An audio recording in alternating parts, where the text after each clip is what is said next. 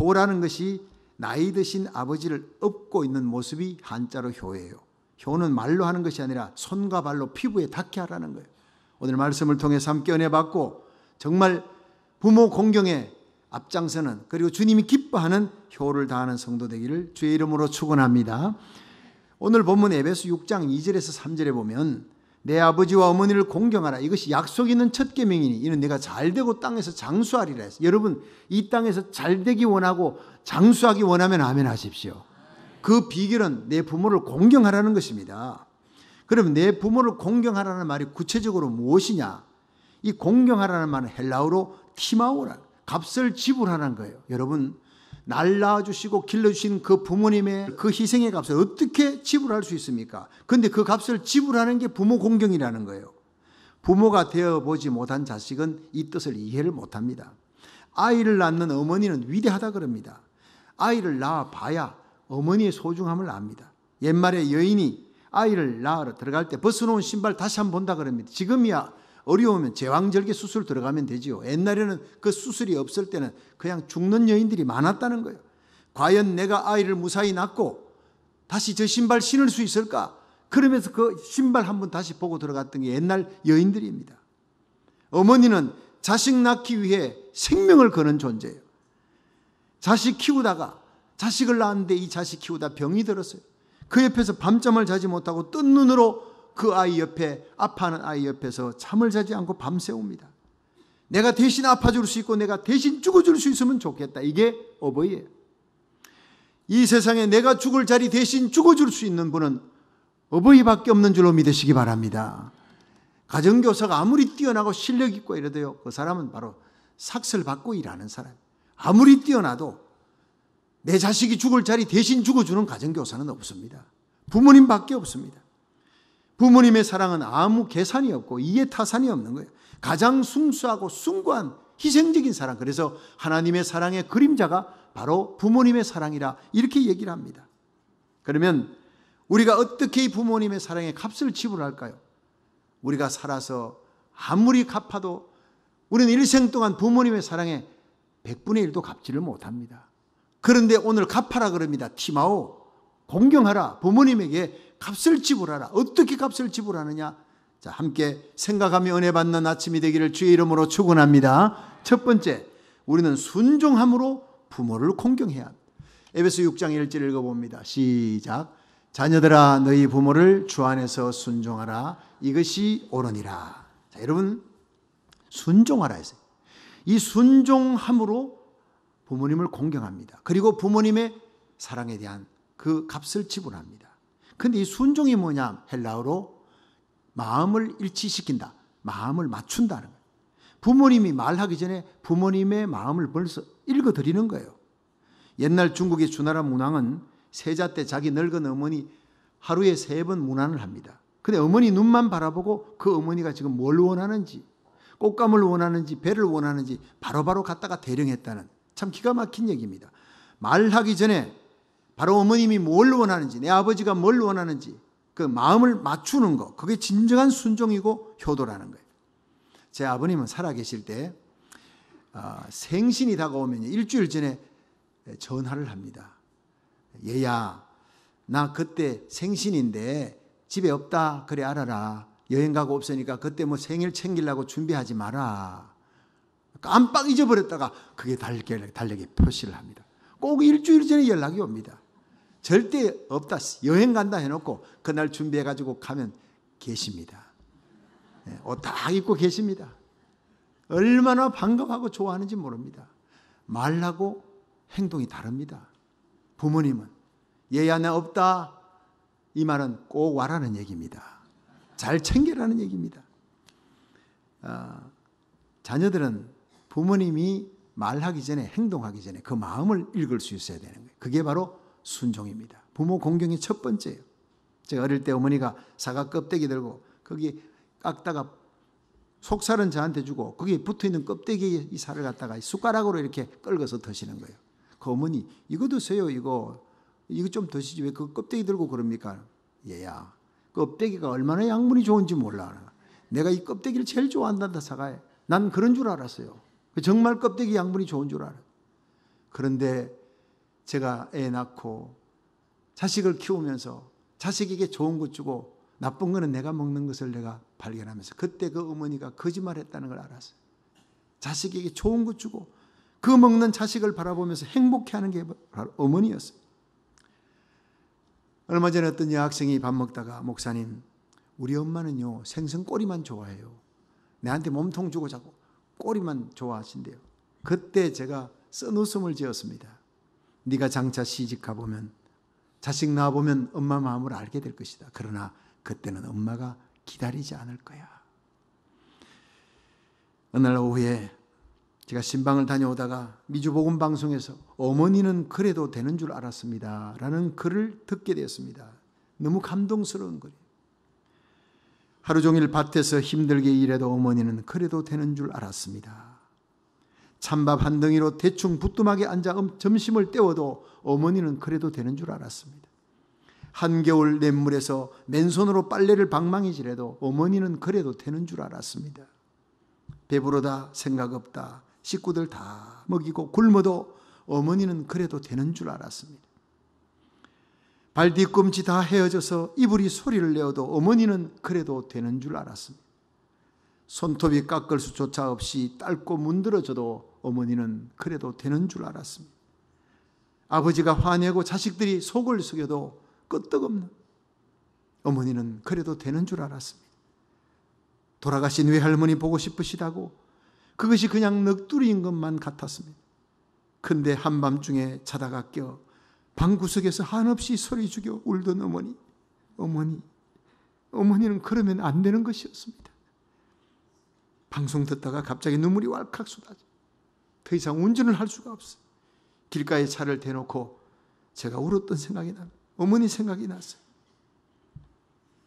그리고 송강정철의 시가 생각났습니다.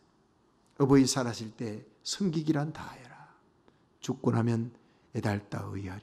평생에 고쳐 못할 일이 이뿐인가 하노라. 여러분, 진정한 효도는 부모님이 살아있을 때 하는 것입니다. 진정한 부모 공경은 부모님 살아계실 때 주 안에서 마음을 맞추어 드리고 순종하는 것입니다. 부모님 마음 맞추어 마음에 일치하게 행동하는 것. 그래야만 네가 땅에서 잘 되고 장수하리라. 둘째로 우리가 부모님을 기쁘게 하는 것이 부모를 공경하는 것입니다. 다 같이 잠언서 23장 25절 같이 읽겠습니다. 시작. 내 부모를 즐겁게 하며 내 낳은 어미를 기쁘게 하라. 여러분, 하나님을 기쁘게 하는 것이 하나님을 사랑하는 것이고 하나님께 영광 돌리는 것입니다. 믿으시면 아멘. 그럼 마찬가지로 부모님을 기쁘게 해드리는 것이 부모님을 사랑하는 것이고 부모님을 영광스럽게 해드리는 거예요. 부모님께 좋아하시는 옷 한 벌 사다 드립니다. 너무 입으시고 좋아하고 기뻐하세요. 여러분, 그게 부모 공경입니다. 부모님이 드시고 싶은 음식, 내가 먹고 싶은 음식이 아니라 부모님이 드시고 싶은 음식을 우리 부목사님들한테, 부목사님들이 좋아하는 복음송 하려 하지 말고 우리 성도들이 좋아하는 찬송, 입맛을 성도들한테 맞추라. 그렇게 제가 늘 얘기합니다. 사람들은 꼭 지 입맛에만 맞추려고 그래요. 학생들은 보면요, 우리 어른들 예배 참석하면 자기들 입맛이 안 맞잖아요. 자기들 좋아하는 노래 있잖아요. 우리들이 또 거기 가면 그 입맛이 또 안 맞는 거예요. 피자 사흘만 먹어보세요. 정말 된장찌개 그리워집니다. 성도들이 부모님께 맞추듯이 여러분 찬양도 맞추는 거예요. 성도들이 정말 기뻐하는 그 찬양이 무엇인지 생각하며 찬양하라 그래요. 여러분, 중요한 것은 부모님이 좋아하는 옷, 좋아하는 음식 맞춰드리고 그거 드시고 옷 입고 기뻐하는 거, 그거 효도입니다. 그런데 그보다 더 중요한 것은 자녀가 하나님의 뜻에 맞게 자신의 이상 비전을 세우고 하나님 나라 의를 위해 하루하루 성실하게 노력하면서 살아갈 때 그런 자식을 바라보면서 부모님의 마음에 한없는 기쁨이 넘칩니다. 행복합니다. 이것이 부모를 진짜 공경하는 것입니다. 할렐루야. 지미 카터가 미국 대통령이 취임할 때이래요. 그때까지 조지아주 한 농촌에서 살았던 지미 카터가 자기 어머니 이제 모시고 80이 넘은 그 노모님, 이제는 고생 끝입니다. 나와 함께 백악관에 가십시다. 취임식하는 날 내 옆에 앉힐 것입니다. 그렇게 해도 어머니는 손사래를 치면서 아니라, 그리고 집안에 150년 동안 대대로 물려받은 가보인 성경책을 하나 안겨주면서, 카터야, 너는 백악관에 가서 나라 다스리나 참 고생하겠다, 대통령으로. 그러나 그 영광과 기쁨은 내가 여기서 누릴 것이다. 내가 이 농촌에서 네가 누리지 못한 그 영광과 기쁨은 사실 내가 여기서 누리게 될 것이다. 그 말대로 지미 카터가 대통령에 취임한 후에 조지아주를 방문하는 국내외 저명인사들은 거기에 대통령의 어머니가 계신 곳이 꼭 찾아갑니다. 선물 들고 갑니다. 가서 인사합니다. 그 플로렌스에 있는 그 어머니가 영광을 다 받는 거예요. 그것이 바로 참 효도라는 거예요. 내가 잘 돼야 돼요. 우리가 잘 돼야 여러분의 부모님들이 영광을 받으실 줄로 믿으시기 바랍니다. 마지막 세 번째로 부모를 명예롭게 하는 것이 부모 공경의 길입니다. 출애굽기 20장 12절을 읽어봅니다. 시작. 내 부모를 공경하라. 그리하면 너의 하나님 나 여호와가 내게 준 땅에서 내 생명이 길리라. 에베소 6장 2절 3절 읽어봅니다. 시작. 내 아버지와 어머니를 공경하라. 이것이 약속이 있는 첫 계명이니 이는 내가 잘되고 땅에서 장수하리라. 아멘. 출애굽기 20장 12절은 구약이고 에베소 6장 2절에서 3절은 신약인데 같은 얘기입니다. 내 부모를 공경하라. 그리하면 너희 하나님 여호와가 내게 준 땅에서 내 생명이 길리라. 내 아버지 어머니를 공경하라. 이는 약속이 있는 첫 계명이다. 이는 내가 잘되고 땅에서 장수하리라. 같은 것 같은데 에베소에서 뭐가 나오느냐면 약속이 있는 첫 계명이래요. 여러분 10계명 중에 1계명부터 4계명은 하나님 공경입니다. 하나님 날 지키고 그 이름을 귀히 여기는. 그런데 부모님에게 공경하라. 사람에게 잘하라. 이것이 바로 하나님과의 관계에서 1계명 4계명인데 5계명부터는 사람과의 관계예요. 그러니까 5계명이 바로 약속이 있는 첫 계명이에요. 사람과의 관계에서 약속이 있는 첫 계명인데 이는 네가 잘되고 땅에서 장수하리라. 한번 따라 합시다. 공경하라는 말은 최고로 높이라는 말이다. 예, 이 공경이라는 말은 다른 사람들 앞에 허물을 덜쳐내지 말라는 거예요. 포세타이라는 헬라어인데 명예롭게 하라는 거예요. 왜냐하면 부모님은 하나님의 대리자입니다. 여러분 교회 담임 목사는 하나님의 대리자로 여러분에게 말씀을 선포하는 거예요. 하나님의 뜻을 전하는 겁니다. 부모님은 하나님이 여러분에게 보내주신 여러분이 이 땅에 존재케 되기까지 부모님을 통해서 여러분을 낳았고 하나님의 뜻으로 여러분을 키웁니다.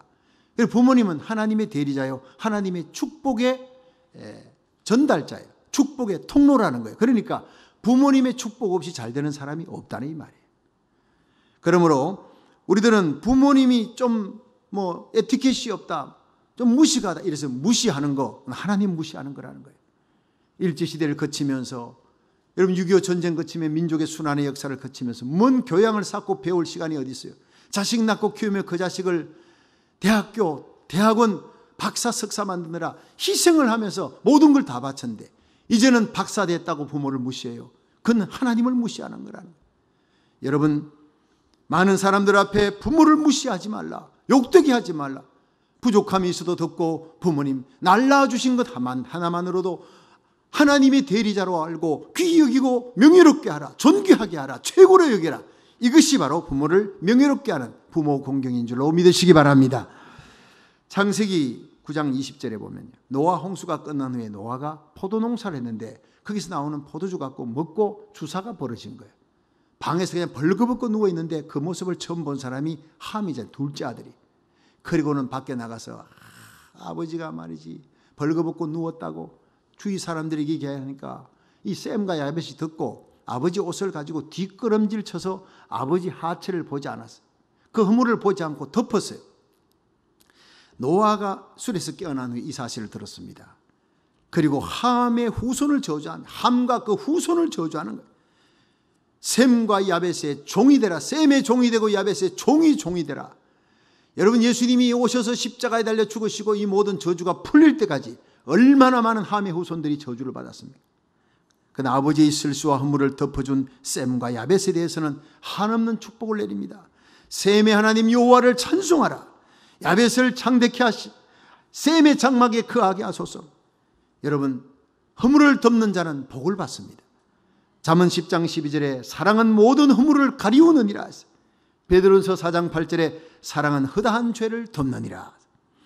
하나님은 우리의 허물을 덮으시는 분입니다. 믿으시면 아멘 하십시오. 그래서 부모의 허물을 덮을 때 우리 하나님이 축복해 주신다는 거예요. 부모의 허물을 덮는 자 진정 부모를 공경하는 자. 십자가 사랑이 뭡니까? 그 피로 우리를 덮는 사랑입니다. 그래서 D.L. 무디 목사님이 얘기했습니다. 로마 군병이, 유대 병정이 예수님의 옆구리를 찔렀어요. 창으로 찔렀습니다. 그때 그 심장이 터지면서 피가 쏟아져 내릴 때 그 찌르는 창자루를 타고 군인의 죄인의 손을, 자기를 찌르는 그 손을 예수님은 그의 피로 덮으셨다. 참 기가 막힌 얘기 아닙니까? 우리는 주님을 찔렀습니다. 내 죄가 주님을 십자가로 끌고 왔고 내 죄가 주님을 찔렀지만, 그러나 찌르는 내 손을, 내 흉악한 죄인의 손을 주님은 그 붉은 피로 덮으셨다는 사실. 그렇습니다.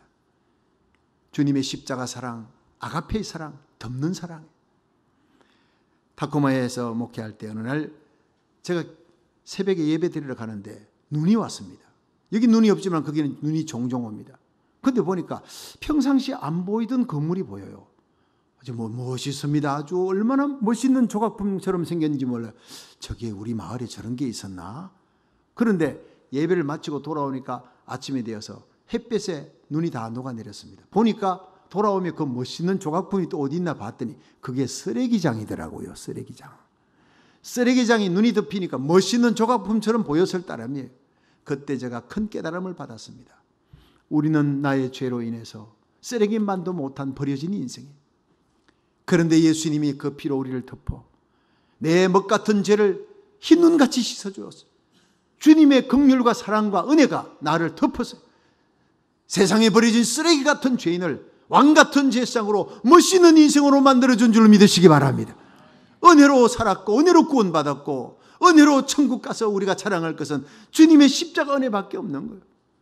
그러므로 우리가 자랑할 것은 주 안에서 자랑하고 예수님의 십자가만 자랑하고 여기까지 인도하신 에베네셀의 하나님 장래에도 인도해 줄 믿습니다. 그 주님의 사랑과 은혜를 찬양하는 성도 되기를 주의 이름으로 축원합니다.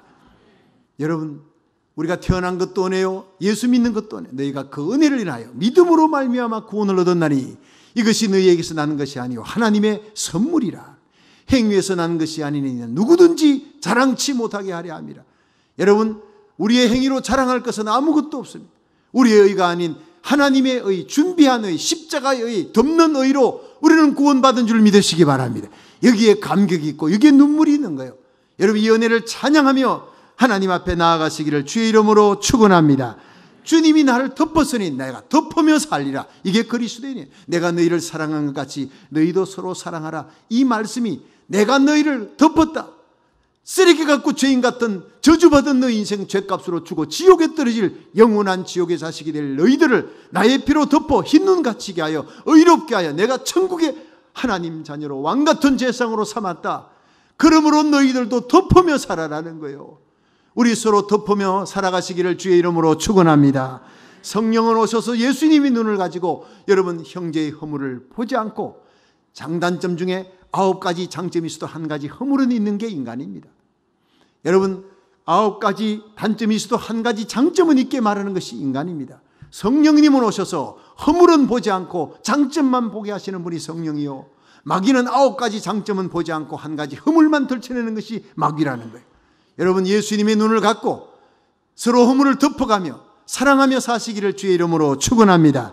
그럼 가정천국이, 직장천국, 교회천국이 이루다가 주님 오시는 날 천상천국으로 들어가게 될 줄로 믿으시기 바랍니다. 그렇습니다. 여러분, 한번 따라 합시다. 주님이 나를 덮었으니 나도 덮으며 살겠습니다. 할렐루야. 여러분, 덮는 것 중에 부모의 실수와 허물을 덮는 것, 그것이 가장 부모를 명예롭게 하는 것이 셈과 야벳의 복을 받는 비결인 줄로 믿으시길 바랍니다. 뿐만 아니라 여러분, 부모의 영혼을 하나님께 인도해서 그 영혼이 하나님 앞에 왕같은 제상으로 세워질 수 있는 것, 가장 명예롭게 하는 겁니다. 영원히 명예롭게 하는 겁니다. 여러분, 이 땅에서 부모님께 순종하고 부모님 마음을 맞춰드리고 부모님 좋아하는 음식과 옷을 사드려 좋은 차를 사드려요, 부모님 기쁘게 하고 영광스럽게 해드려도 100년 안에 끝나는 것입니다. 그 공경은 100년 안에 끝나는 것입니다. 아무리 잘해도 부모님의 영혼이 예수 그리스도를 영접하지 못하고 임종하고 죽었다면, 영혼이 죽어 지옥의 불쏘시개로 되고 지옥에서 고통당한다면 가장 큰 불효를 하는 것입니다. 이 땅에서 차려드리는 것 좀 부족해도 예수님을 믿게 하고 십자가로 이끌어 예수 그리스도와 연결시키는 것, 가장 큰 효도인 줄로 믿으시길 바랍니다. 그러므로 예수님은 우리에게 부모 공경의 효의 본을 보이셨다는 겁니다. 그것이 바로 어머니를 십자가로 이끈 거예요. 요한복음 19장 26절에 보면 예수께서 그 모친과 사랑하는 제자가 곁에 섰는 것을 보시고 그 모친에게 말씀하시되 여자여 보소서 아들이니이다 하시고 또 제자에게 이르시되 보라 내 어머니라 하시. 그때부터 그 제자가 자기 집에 모시니라. 자, 여러분, 예수님 십자가 달릴 때 요한이 어머니를 데리고 마리아를 데리고 그 예수님 앞에 섰어요. 찢어지는 가슴을 안고 울고 있는 그 어머니. 그런데 그 어머니에게 예수님께서 어머니 불효소자는 이렇게 죽습니다.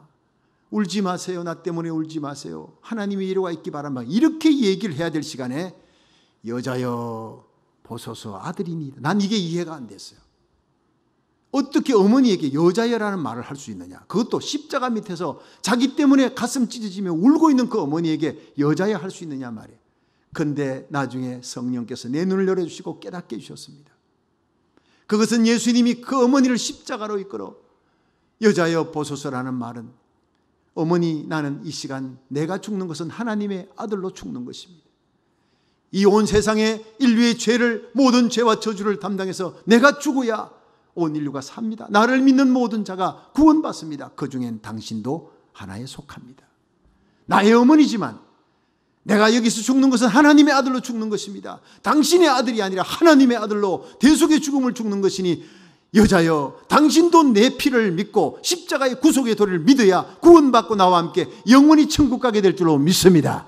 이 사실을 내가 깨달은 거예요. 그래서 예수님께서 여자여 보소서 아들이니이다 고백을 하는 것입니다. 여러분, 예수님은 어머니 마리아의 안타까운 모습을 인간적인 말로 위로하지 않았다는 것입니다. 철저히 하나님의 아들로 십자가 지신 것입니다. 예수님은 어머니 마리아를 십자가 곁으로 모신 최고의 부모 공경을 이루신 분입니다. 여러분, 부모님을 십자가 곁으로 모시는 최고의 공경을 이루기를 주의 이름으로 축원합니다. 우리가 이 땅에서 그렇게 애틋한 효도를 다 못했다 하더라도 부모님을 예수 믿게 하는 것, 효도 중에 효도인 줄로 믿으시기 바랍니다. 100년 안에 끝나는 인생에 최선을 다하는 것도 귀한 일이지만 영원한 생명, 왕같은 제상으로 주님의 품에 안기도록 하나님 아버지라 섬기며 천사들의 옹이 받고 천국에 들어갈 수 있게 하는 것만큼 귀한 일이 없는 줄로 믿으시기를 바랍니다. 일본에서 이런 실화가 있습니다.